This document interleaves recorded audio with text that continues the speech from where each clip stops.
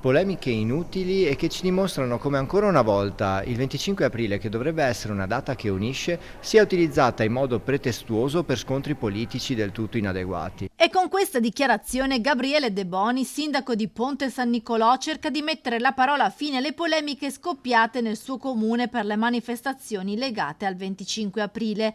Il primo cittadino, in segno di rispetto per il lutto nazionale proclamato in occasione della morte di Papa Francesco, aveva cancellato alcuni eventi in programma per l'anniversario della liberazione e sulla pagina Facebook erano arrivati insulti e accuse di essere fascista. Le manifestazioni ci saranno, spiega il sindaco. Le manifestazioni del 25 aprile qui a Ponte San Nicolò non sono state annullate. Abbiamo realizzato ieri sera una conferenza sul campo di prigionia di Chiesa Nuova e collegato anche al campo di prigionia che avevamo qui a Ponte San Nicolò.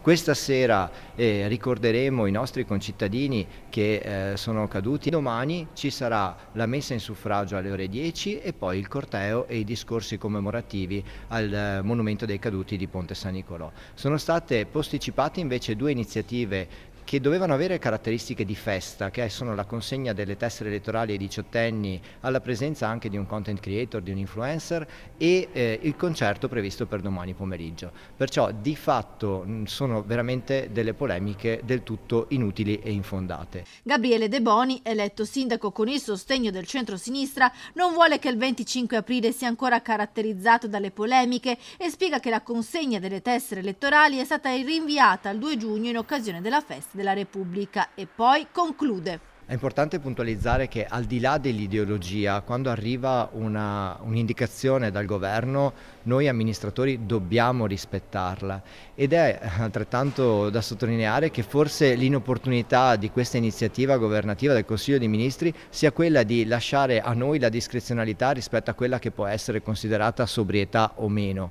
E perciò l'invito che faccio al Consiglio dei Ministri, al Ministro Musumeci e alla Presidente Meloni è quello di essere un po' più chiari, perché di questo noi abbiamo necessità, di rispondere adeguatamente sia a quelle che sono le norme e le indicazioni del governo, ma altresì senza inciampare in inutili polemiche come questa.